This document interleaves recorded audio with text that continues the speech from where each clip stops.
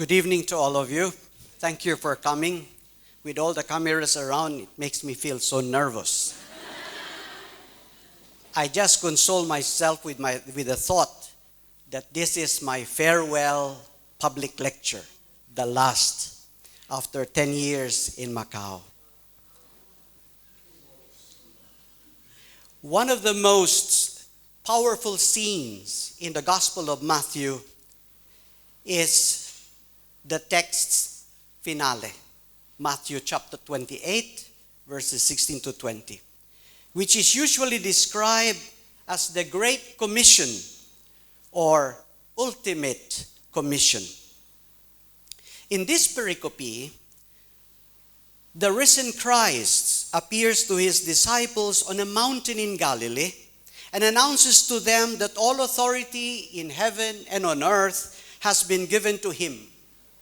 Having proclaimed his transcendent majesty and power as the resurrected one, Jesus then commissions his disciples to embark on a new mission. The risen Jesus charges them to make disciples of all nations and instruct them to baptize new converts in the name of the Father and of the Son and of the Holy Spirit. He further orders them to teach and to obey all that he has commanded them. And he sends them on their mission with the words of comfort that he will be with them always until the end of age.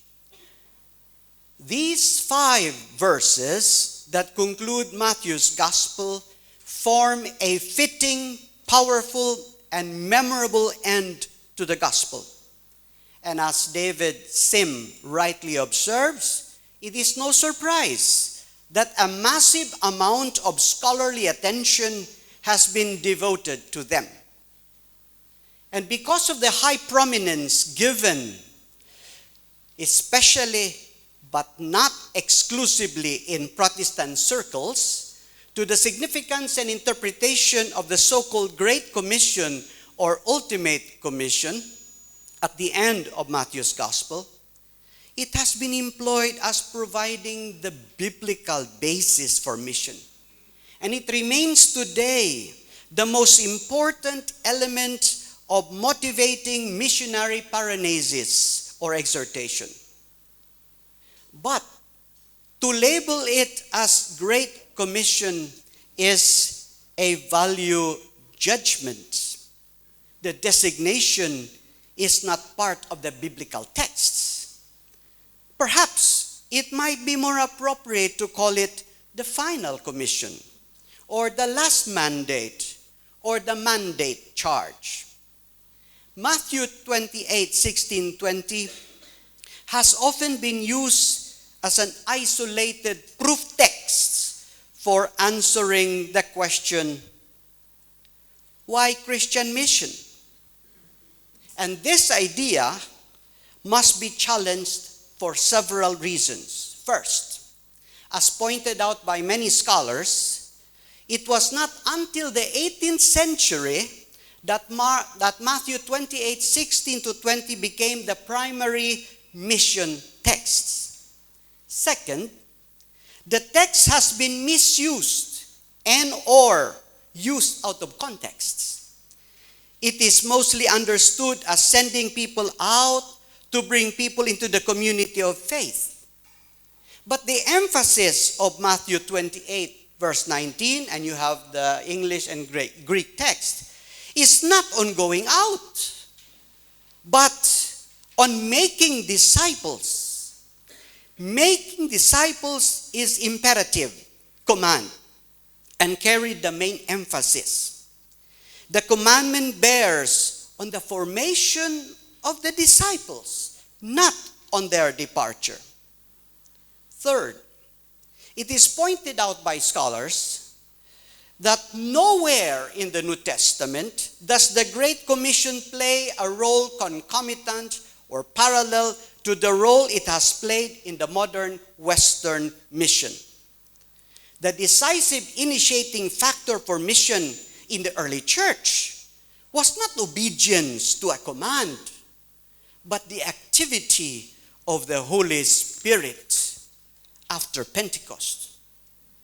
The Protestant mission has often emphasized in a one-sided manner obedience as a motive for mission. For many evangelical Christians, mission and the Great Commission on Matthew 28, 16 to 20 are virtually synonymous. If Matthew 28, 16 to 20 is interpreted in this way, it is easily placed in the context of legalism. Mission then is depersonalized, and the command becomes a marching order of Christian militia engaged in a holy war. This critique of the use of Matthew 28 has been voiced in particular by scholars from the South. In the past, Matthew 28, 16, 20 has been understood as a mandate to an aggressive militant mission, as a crusade. It was engaged as a conquest, winning souls for Christ. Moreover, it is claimed that military imagery and language has not fully been exorcised out of the vocabulary of Christian mission. Hymns, writings, and speeches continue to use militaristic imagery, which promotes the idea of mission in subtle way. Let's hear a sample.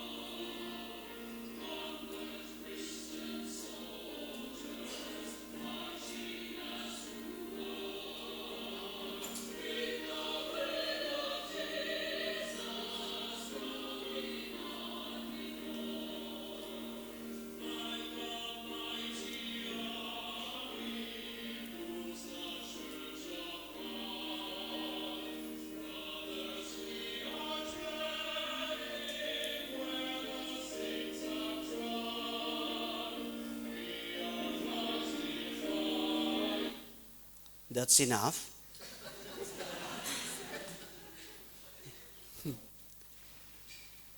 Such a militant understanding of mission should be replaced by a cruciform responsibility that will not allow us to see others as simply enemies of the gospel who must be conquered and subdued.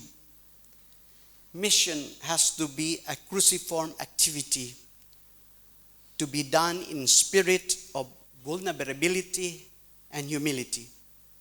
To speak of mission as a mandate or a command is certainly an important aspect of the New Testament. However, if mission is interpreted only in that way, there is a risk that it becomes a legalistic obedience. Mission becomes an obligation for us rather than an act of love and grace. Mission ought to emerge from a deep, rich relationship with Jesus.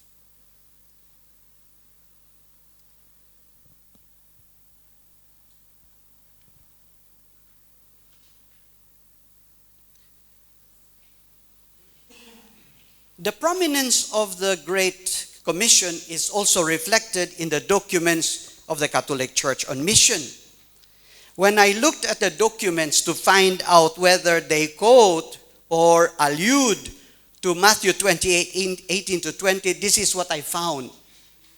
Interesting, the document we are celebrating, the 100 years, Maximum Ilud, 1919, does not quote Matthew 28, but it quotes the counterpart in Mark 16, 15, and verse 20.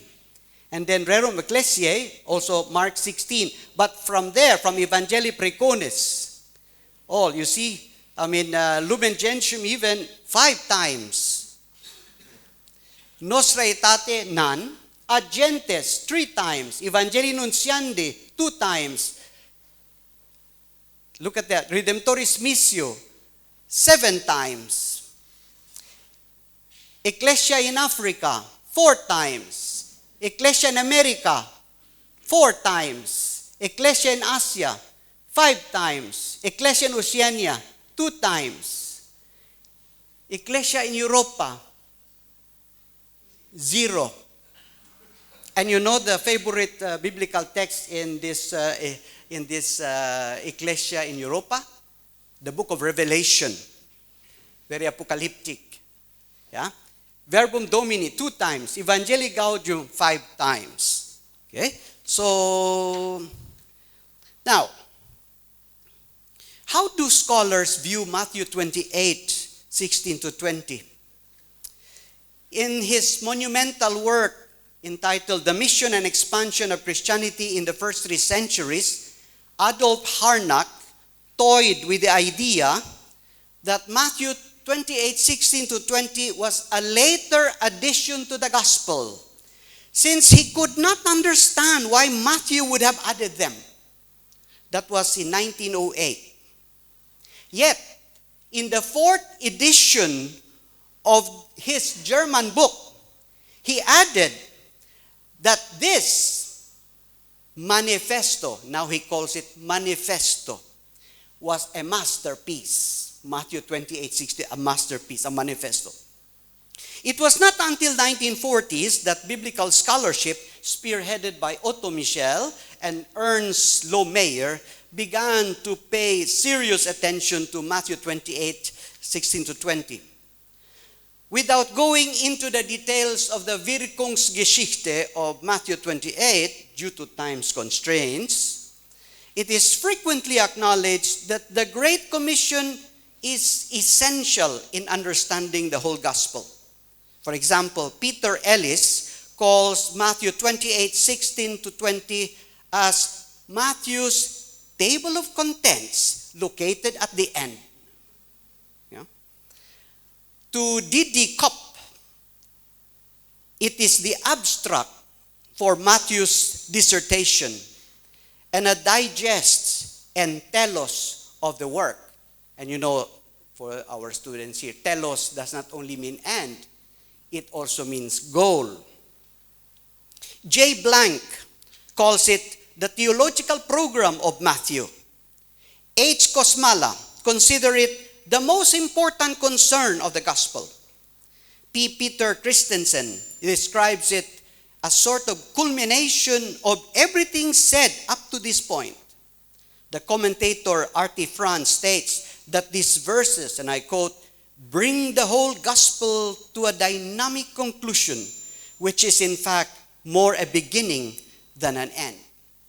In short, whatever the Great Commission's genre or Gattung in German might be, scholars agree that the entire gospel points to these final verses. All the threads woven into the fabric of Matthew from chapter 1 onward draw together here. What is the pericope's origin or inspiration?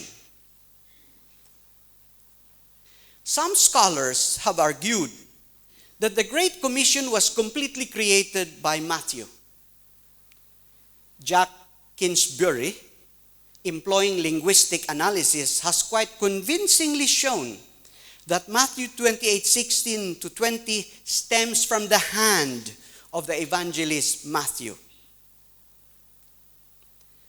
But a majority of scholars contend that Matthew has heavily redacted traditional source materials That means Matthew has reworked the language and content of the Great Commission in Matthew 28 in a reduction critical sense. And it is likely that the evangelist composed this scene as the finale to his gospel and as a summary of some of its most fundamental motifs. G. Barth insists that the three parts of the Great Commission were originally independent. And what are the three parts? Here. The three parts of the Great Commission were originally independent, and they were put together by Matthew. In that case, it is easy to see that the ending corresponds to the whole gospel. Thus, we find in Matthew 28:16-20 a meticulously formulated verses which brings Matthew's story of Jesus to a climactic end and open out its significance to a future which reaches out to the end of the age. They give us a compact summary of the gospel which draws together its Christological, you find in 28:18, ecclesiological, 19-20, and eschatological, the second half of verse 20, threads into texts whose theological density rivals that of the prologue of John. In short, Matthew's Great Commission should not be simply understood as the climax of the gospel, but as the summary of the gospel or as its hermeneutical key. Viewing Matthew 28:16-20 as a summary of Matthew's gospel can be attributed to the German scholar Otto Michel in his book in German published in 1950 and was printed in English in 1983. In Otto's words, and I quote, Matthew 28 is the key to the understanding of the whole book. In terms of its genre or Gattung, again, scholars have different proposals. The studies of J.B. Hubbard in 1974, which argues that Matthew modeled his text on Old Testament of the commissioning of God's servants, so commissioning texts like Abraham, Isaac, Jacob, Moses, Joshua, Gideon, Samuel, and the prophets. And this idea has won wide support. Another possibility is the apocalyptic vision of Daniel chapter 7 verse 14 is a likely influence with its description of the exaltation of the Son of Man, the impact on all peoples and all nations and languages, and the promise of an everlasting kingship.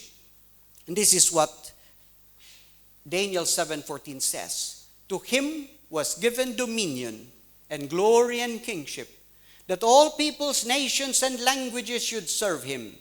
His dominion is an everlasting dominion that shall not pass away, and his kingdom is one that shall never be destroyed.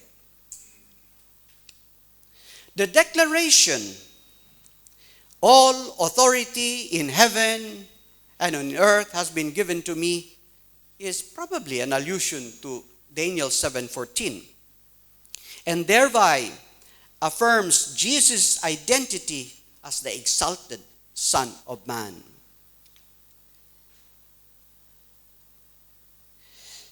Still others point to Psalm 2:8. And Psalm 2:8 says, as of me, and I will make the nations your heritage, and the ends of the earth your possession. It is not clear that 2018 echoes either of these passages. Others maintain that the genre of the passage cannot be easily categorized. The scene of the Great Commission is on a mountain, on a high mountain.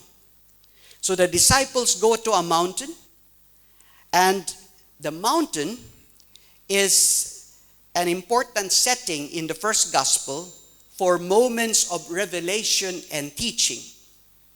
You see that in chapter 4, verse 8, in the temptation, Jesus was brought by Satan in the high mountain, and to him was shown all the kingdoms of the world. No? So, and then in chapter 5, verse 1, at the beginning of the Sermon on the Mount, and they went up the mountain, and he sat down, and he opened his mouth. And in 15:29 and in 17:1, mountains have played a significant role in the first gospel.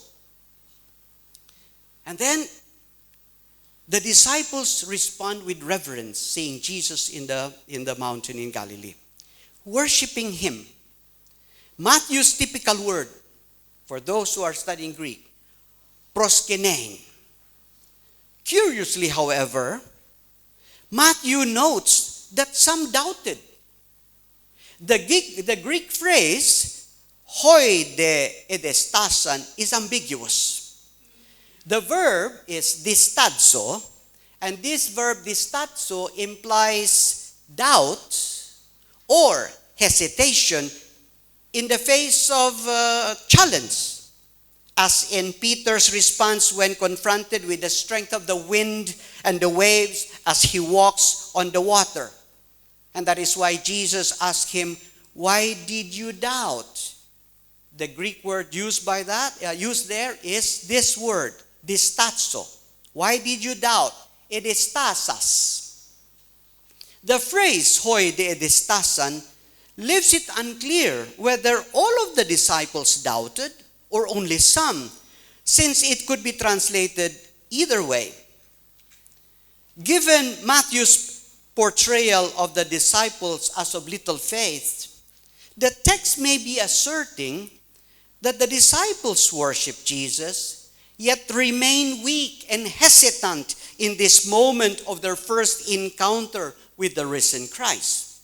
Remember, it took longer for some to accept the reality of the resurrection than others. Example, the doubting Thomas. The commentator R.T. Franz asked, was their hesitation also increased by fear that they may not receive a very friendly reception from the one they had recently abandoned and denied? So that is a question of Franz, because perhaps they were hesitant. He might scold us. We abandoned him.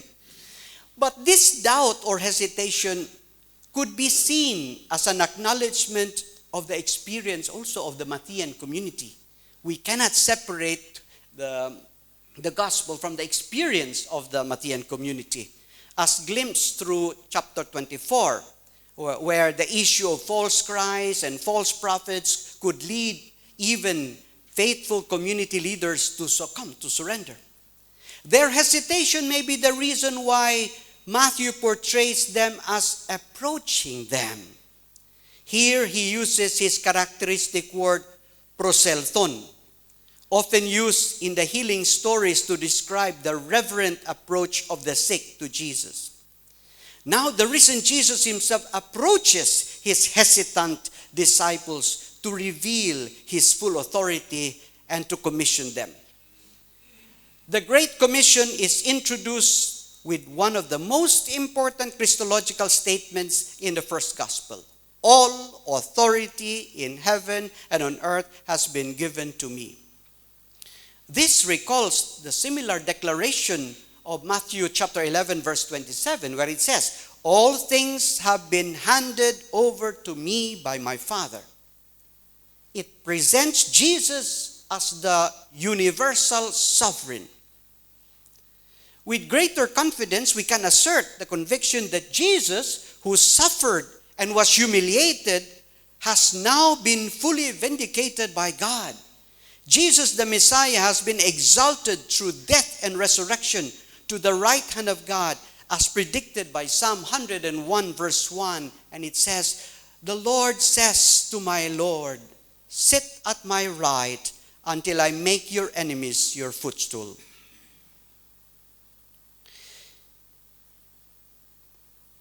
The power and authority of the risen Jesus which stand behind the mission is now entrusted to the disciples. Let us take a closer look at some elements compressed in Jesus' words. They are to go and to make disciples of all nations. The term make disciples, look at your Greek text, is mathetheosate. This is a verb. This is the verb form, a favored term by Matthew. No? Now the disciples themselves are to call and instruct followers of Jesus in the same manner they themselves had experienced. Previously, the mission of Jesus and the disciples was restricted to the lost sheep of the house of Israel. You find that in two places. Chapter 10 verse 5 and chapter 15 verse 24. Now, however, after the resurrection of Jesus, the disciples are sent to pantate ethne, the command to missionize, previously restricted to Israel, is expanded universally and is now valid for all peoples. The precise meaning of the phrase pantata ethne is a major point of debate for interpreters. Scholars are divided on this. In most translations, we find all nations or all the nations. Now, does that term, all nations, include Israel as one among many peoples, and therefore mean that along with the continuing mission to Israel, Israel's community is also to reach out to Gentiles? Or does that term, nations, refer exclusively to Gentiles, as commentators assert, and therefore imply that the mission to Israel has stopped, and now Matthew's community will go only to the Gentiles? This is the position of the German commentator Ulrich Luz, who sees the Great Commission as a complete reversal of position. Having failed in Israel, from now on, the disciples are to turn to the Gentiles. Now, those who opt for all the Gentiles translation, that is why in your Greek text there, and bracket, I also put there as the alternative, no? Because if you consult commentaries, even our Catholic Daniel Harrington translate that not as the nations, but Gentiles, no? So, those who opt for all the Gentiles argue that this is the normal function of the Greek word ethne in the New Testament as a whole, or in Matthew. Ethne among Greek-speaking Jews had become a technical term designating non-Jewish individuals. It is rendered by the Hebrew goyim, which by the first century regularly meant Gentiles.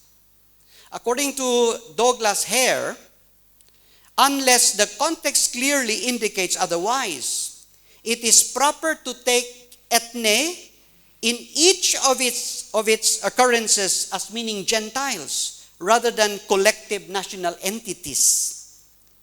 Clearly, it is individuals who are meant in 28:19. It is not possible to baptize a nation, but only individuals who comprise it. In the words of J. Lange, and I quote, Matthew's universalism seems to be a universalism without Israel and over against Israel. That's the meaning there of One Israel, gegen Israel, which has betrayed and so lost its role and function in the circle of nations. In the vocabulary analysis of Kutsin Lee and Francois Beljoin, the authors explain that in Matthew, the meaning of the Greek word ethnos seems to differ according to whether it is singular or plural or whether it is modified by the adjective pas. Matthew uses the term ethnos 15 times, 3 times in the singular, 4 times in the plural with an adjective pas, and 8 times in the plural without an adjective pas. When the term is used in the plural without the adjective pas, it seems to always mean Gentiles. There is no difference in meaning whether it has an article or not. But when the term is used in the singular, it seems to mean a people in a collective sense, a nation, depending upon its context. Thus, in chapter 24, verse 7, the ethnos could refer to the Jewish people. When the term is used in the plural with an adjective pas, and that is what you find there in chapter 28, okay, it seems to always mean all nations, not necessarily excluding Israel. Many scholars have come to the conclusion that the target of the mission charge of the Great or Ultimate Commission is all the nations. It is a commission aimed at all human beings, including both the Jews and the Gentiles. If Matthew wanted to mean only the people of Israel, he could have used pantes hoi laoi. The word laos usually mean the people of Israel only. So, translating the phrase in Matthew 28:19 as all the Gentiles, and thereby excluding the Jews from its connotation, seems to contradict with the risen Lord's claim of the universal authority. Now, if the word analysis is not yet convincing, we need to look at the pericope's literary context. It is equally clear that the finale verses of Matthew cannot be interpreted in isolation. As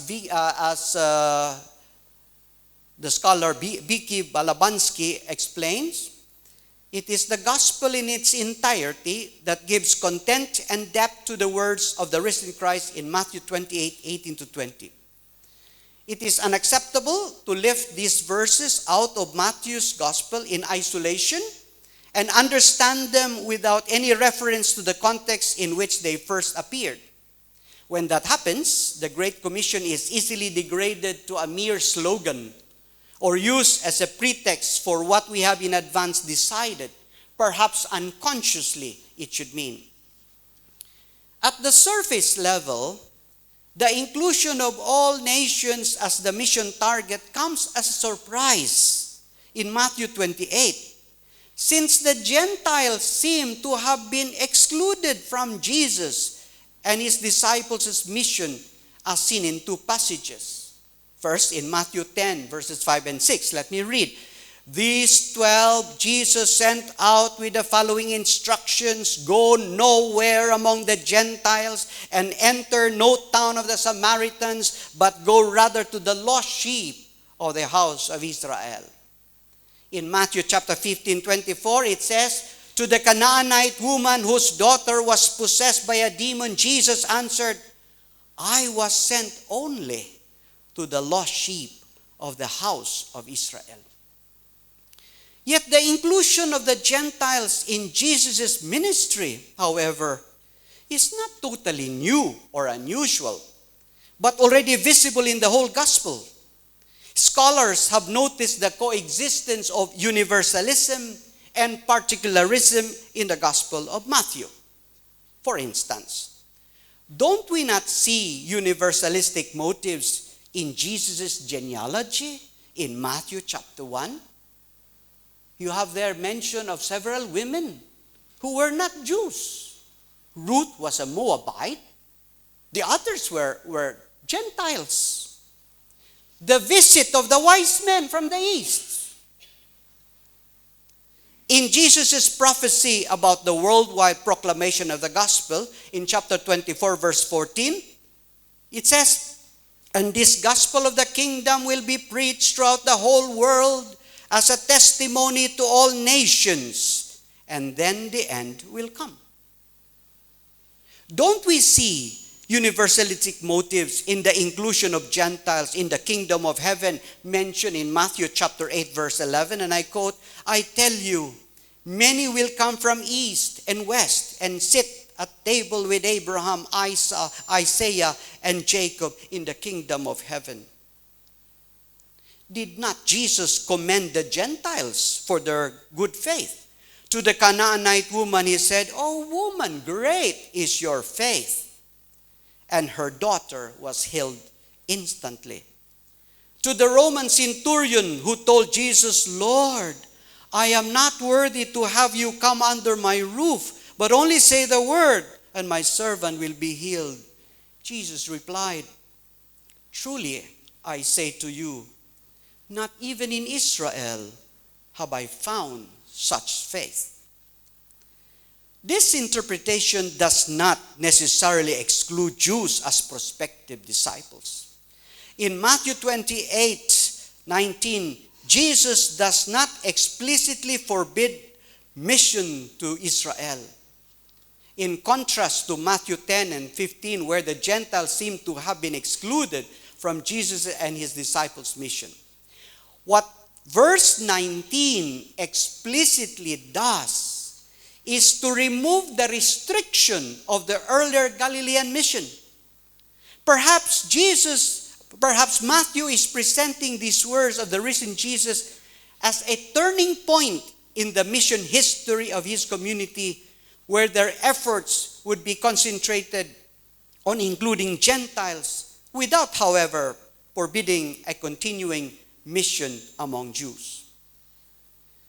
The Gospel of Matthew cannot be properly understood apart from the Matthean community from which the Gospel was written. It is claimed that Matthew's Gospel is essentially a missionary text.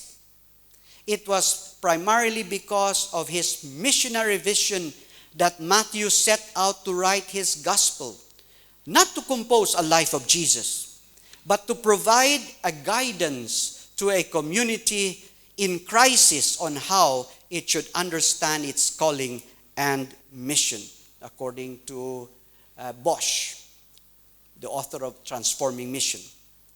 The consensus among scholars is that the Gospel of Matthew represents a largely Jewish Christian community living somewhere within the Roman Empire, most likely Antioch in Syria.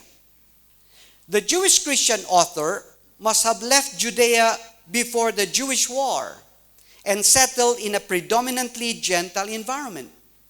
At that time, Christians had not yet seen themselves as being members of a separate religion over against Judaism, but primarily as a renewal movement within it. So a renewal movement within Judaism.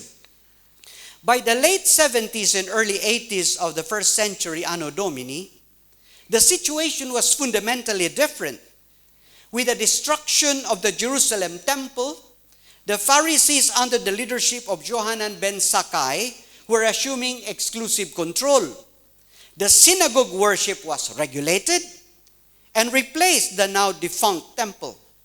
The rabbinate was introduced as authoritative interpreter of the law.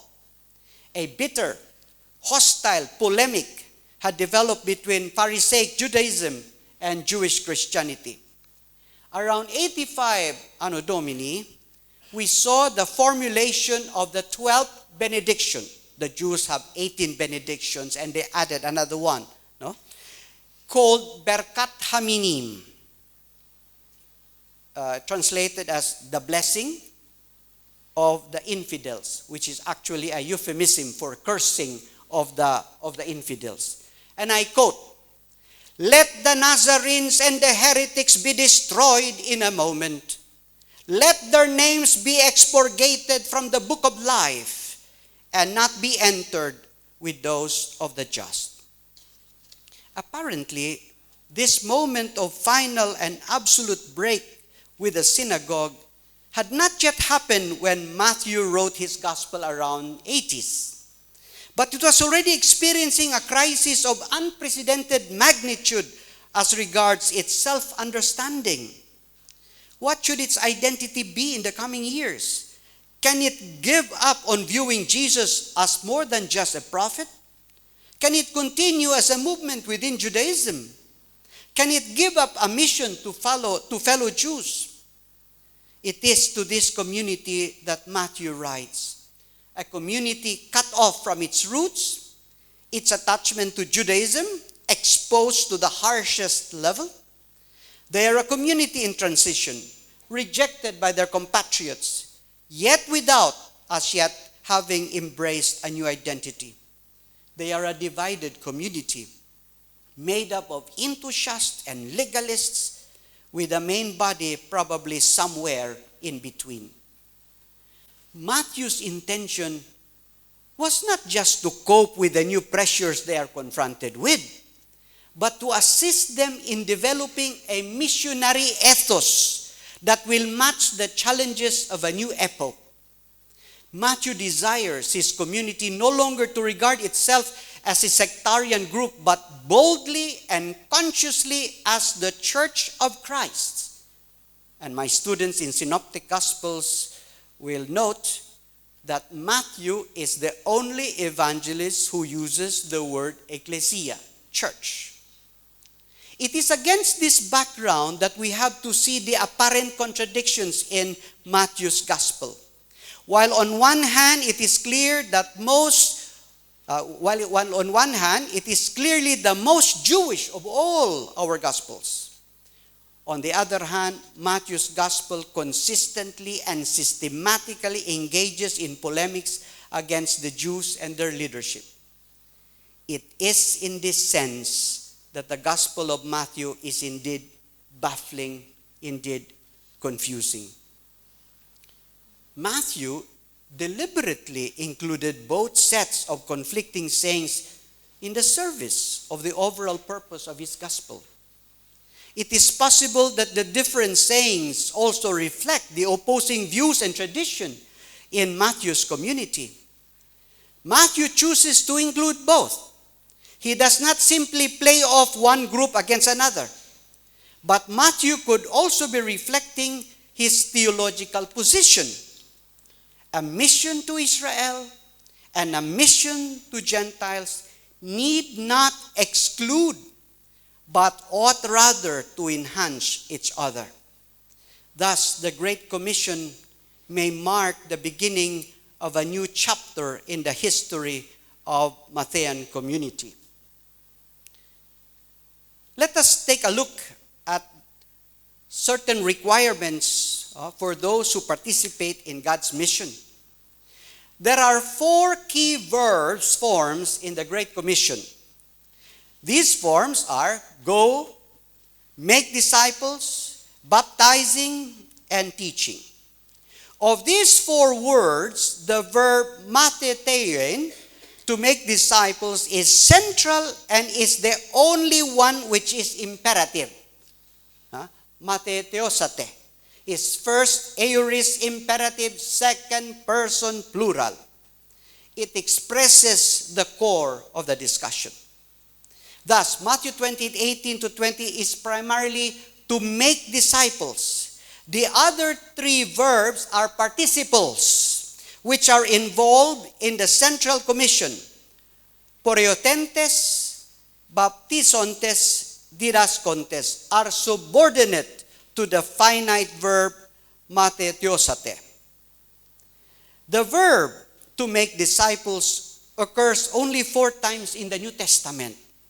3 of these in Matthew and only 1 time in Acts.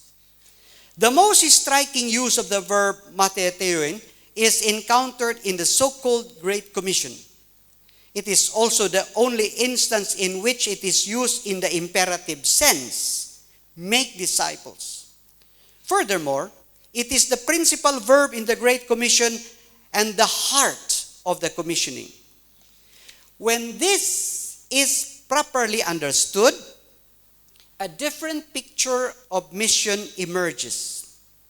It then refers to bringing people to Jesus as Lord, wherever they may be. Mission then loses its preoccupation with the geographical component. Before, we understand mission as to go to South Sudan, to go to Nigeria. Yeah? And therefore, those who are left behind, they are not missionaries. No, mission then loses its preoccupation with a geographical component. Poriotentes is nominative, plural, masculine participle, first aorist of the verb poriomai.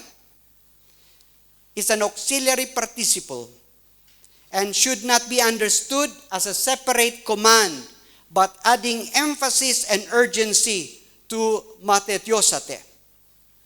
It is better translated as going or as you go. Both poriotentes and matetiosate refer to the same event. Thus, literally, Jesus says, going therefore, make disciples of all nations. The two participles, baptizontes and didascontes, are clearly subordinate to matetiosate, and they describe the form the disciple making is to take. It is interesting to note that the use of the verb to make disciples is rather rare in the New Testament. The noun disciple, matetes, is far more central in Matthew than in the other synoptic gospels. In Matthew alone, matetes occurs 73 times compared to 46 times in Mark and only 37 times in Luke. Jesus says, I am with you always. I am with you all days. Jesus' promise serves as an inclusio with the name Emmanuel, God with us, in Matthew 1, 22-23. At the beginning of the gospel, Jesus' presence was promised primarily to Israel. Here at the end, it pertains to all disciples wherever they may be. His presence is permanent. Like Yahweh commissioning the great patriarchs and prophets of the Old Testament, Jesus assures his wavering disciples that he will sustain them. After his resurrection, Jesus' authority is not only on earth, but also in heaven. What is new is the universal extension of his authority. As a summary to the gospel, to the entire gospel, Matthew brings out its most important themes. 1, the Father has given Jesus supreme and universal authority. 2, the disciples are to share their discipleship not only with their fellow Jews, but also with non-Jews. 3, the Spirit of the risen Jesus will guide and protect the church until God's kingdom comes in its fullness. Matthew 28, 18-20, the Great Commission, is a microcosm of Matthew's major theological concerns. Thank you.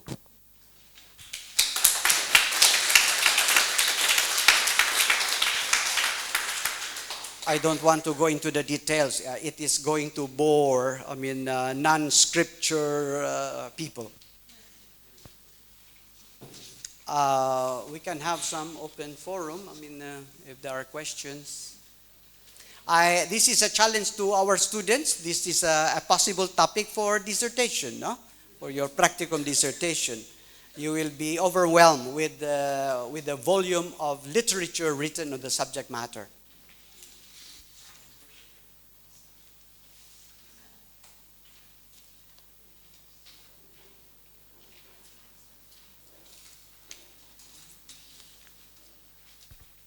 In order to fully understand the meaning of mission in Matthew's gospel, you don't just zero in on Matthew 28. You have to accompany that by reading also Matthew chapter 10. Because there, you have also the commissioning of the 12. And there, you are also being told that the missionary must be ready for persecution. Yeah? So it should be, if missionaries are being reminded of persecution, that they cannot be triumphalistic. So it's to balance, no? But basically, the whole Gospel of Matthew is stresses on mission as discipleship. So that is another topic for a portfolio or a practicum dissertation. Mission as discipleship. If you go to John's Gospel, it will be another one. Mission as witnessing.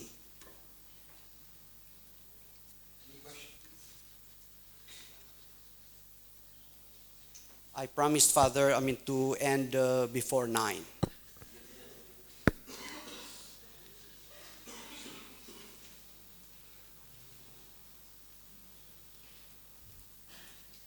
Well,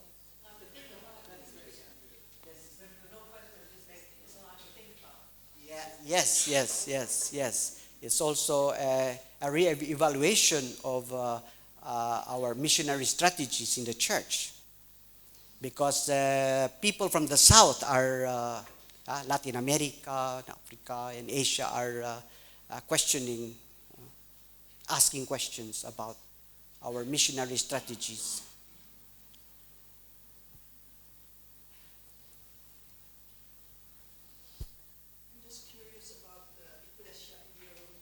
Yes. Yes, I was also surprised. Would you believe I spent several days reading to all those documents and just looking at allusions to Matthew chapter 28? And to my surprise, the favorite biblical text in the Ecclesia in Europa was the book of Revelation. I don't know why.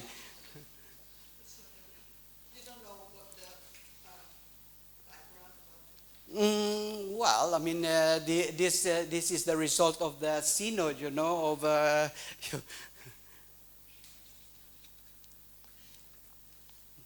could be another topic for a portfolio paper. So once again, thank you very much. And as I said, this is my farewell public lecture. Thank you.